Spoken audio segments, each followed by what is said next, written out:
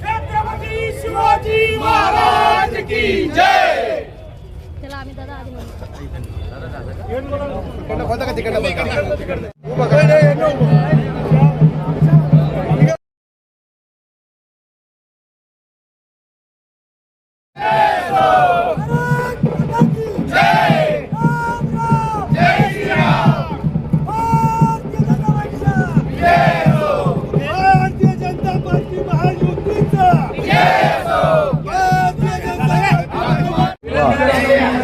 तुमची व्यवस्था करून दिली मी सगळ्यांची.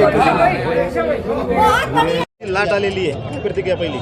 ही खरं भारतामध्ये भारताचे लाडके पंतप्रधान आदरणीय मोदी साहेब, राज्यामध्ये मुख्यमंत्री नामदार देवेंद्र भाऊ, आमच्या जिल्ह्याचे नेते नामदार गिरीश भाऊ, नामदार गुलाबराव पाटील, नामदार अनिल दादा व सर्व आमदार खासदार, इथले प्रभारी आदरणीय मंगेश दादा, खासदार स्मिताताई व सर्व कार्यकर्त्याच्या माध्यमातून जे नेतृत्व असतं विकासाचं ते जनतेने मान्य केलेलं आहे. जनतेला टीका टिप्पणीपेक्षा विकास कोण करू शकतो आमचा, आणि गल्लीपासून तर दिल्लीपर्यंत इथे जसं महायुतीचं सरकार आहे, दिल्लीमध्ये DA सरकार आहे, आणि या माध्यमातून जनतेची सेवा म्हणून आम्ही काम करण्याचा प्रयत्न करतो. आणि जनतेचा कौल आम्हाला आशीर्वाद दिलेले, भविष्यातसुद्धा महायुतीचा महापौर इथे होईल अशी आम्हाला अपेक्षा आहे. आणि जनता विकासाच्या मुद्द्यावरती मतदान करते. आज आम्ही भारतीय जनता पार्टी म्हणून किंवा महायुती म्हणून मला वाटतं कोणावरती टीका टिप्पणी न करता विकासाच्या मुद्द्यावरती जनतेसमोर जाणार आहोत.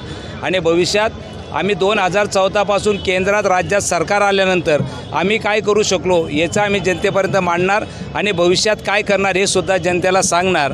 आणि याच्या माध्यमातून मला वाटतं जनता आम्हाला आशीर्वाद देईल अशी आम्हाला अपेक्षा आहे. काय सांगायला तुमचे चिरंजीव विजयी झाले आहेत, भाजपचे एकूण 6 उमेदवार विजयी झालेले आहेत, 7 उमेदवार बिनविरोध झालेले आहेत, काय सांगा? मला वाटतं इथे खरं पाहिलं असेल तर विरोधक काही दिसत नाही समोर, आणि बऱ्याच ठिकाणी विरोधक नसल्यामुळे जे काही मित्रपक्षातले काही लोक असतील आमच्यातले किंवा आमचेच काही कार्यकर्ते असतील जे इच्छुक होते, कारण प्रत्येक 75 प्रभागामध्ये भारतीय जनता पार्टीच्या इच्छुक उमेदवारांनी फॉर्म भरले होते, आणि एक समन्वयाने आम्ही त्यांना विनंती केली आणि त्यांनी माघार घेतलेली. त्याच्यामुळे 6 उमेदवार आमचे, आणि मला वाटतं सेनेचे सुद्धा 6 उमेदवार आलेले.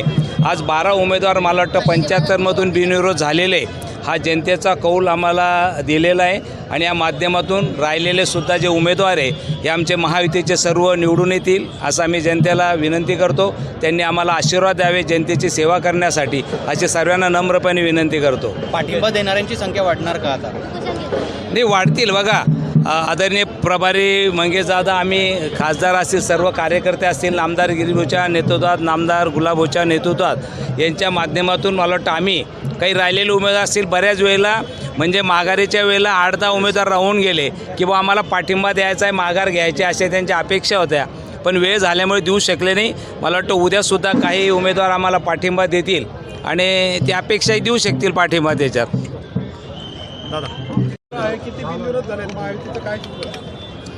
आता जी प्राथमिक माहिती आहे त्यामध्ये शिवसेनेचा आतापर्यंत 6 जागा आणि भारतीय जनता पार्टीच्या 6 जागा अशा 12 जागा ह्या बिनविरोध त्या प्रभागांमध्ये वेगवेगळ्या प्रभागांमध्ये झालेल्या आहेत. खरं तर गिरीश भाऊंच्या नेतृत्वाखाली भारतीय जनता पार्टी, गुलाब भाऊंच्या नेतृत्वाखाली शिवसेना, अनिलदादा गुलाबरावजी देवकर यांच्या साहेब यांच्या नेतृत्वाखाली, आणि मला असं वाटतं की राजू मामांचा सातत्याने संपर्क शहरातला, त्यांच्यावरचा सगळ्या खासदार असतील सगळ्यांवरचा हा विश्वास, काम करणाऱ्या माणसांना लोकांनी बिनविरोध केलं, एक चांगलं उदाहरण हे झालं असं मला वाटतं.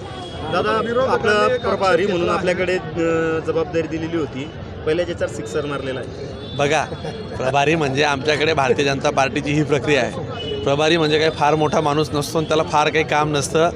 राजू मामांना ज्या अडचणी सांगता येत नाही त्यांनी त्या माझ्या नावाने सांगायच्या, आणि मला काही करायचं असेल तर मी राजू मामाने सांगायचं, अशी ती प्रक्रियेचा एक भाग आहे. त्याच्यामुळे त्याच्यामध्ये कुठलंही काही फारसं काही रॉकेट सायन्स माझ्याकडे नवीन नाही आहे. फक्त मी राजू मामांना आणि भारतीय जनता पार्टीच्या सगळ्या पदाधिकाऱ्यांना मदत करण्यासाठी इथं होतो, बस. विरोधकांनी आता ठाकरे गटाने आरोप लावलेला आहे की आपण जे आहे उमेदवारांना प्रलोभनं दिली, दबाव टाकला. संजय सावंत यांनी आरोप लावलेला आहे. बघा, त्यांची माणसं माघार घेत आहे आणि ते आरोप आम्हाला लावत आहे. तुमची माणसं तुम्हाला सांभाळता येत नाही. पहिला मुद्दा म्हणजे राजू मामांनी जसं सांगितलं की साधारणतः 600-700 लोक इथं उमेदवारी मागत होते. त्यांच्याकडे उमेदवार तयार नव्हते. जो आला त्याला त्यांनी AP फॉर्म राष्ट्रवादीने पण दिलेत. दोन्ही तिन्ही पक्षांनी जो आला त्याला ते उमेदवार द्यायला तयार होते. त्याच्यामुळे ते टिकणार नाही. लोकांचा त्यांनी कौल घेतला असेल आणि पक्ष त्यांना समोरचा पक्ष हा कुठल्याच पद्धतीने नेतृत्व इथं सभा घेणार नाहीत. ठाकरे परिवार हा पूर्ण मुंबईत अडकला आहे आणि उद्या उठून म्हणजे रोहित पवार असतील किंवा शरद पवार असतील हे कार्यकर्त्यांना वाऱ्यावर सोडणार आहेत आणि असतील.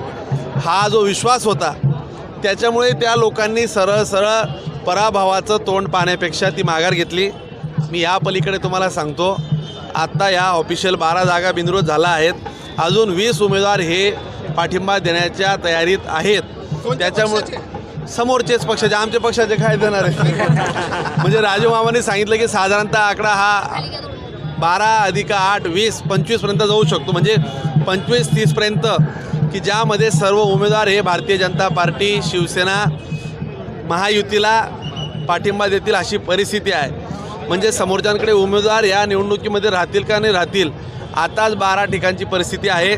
अजून आगे आगे देखो होता है क्या.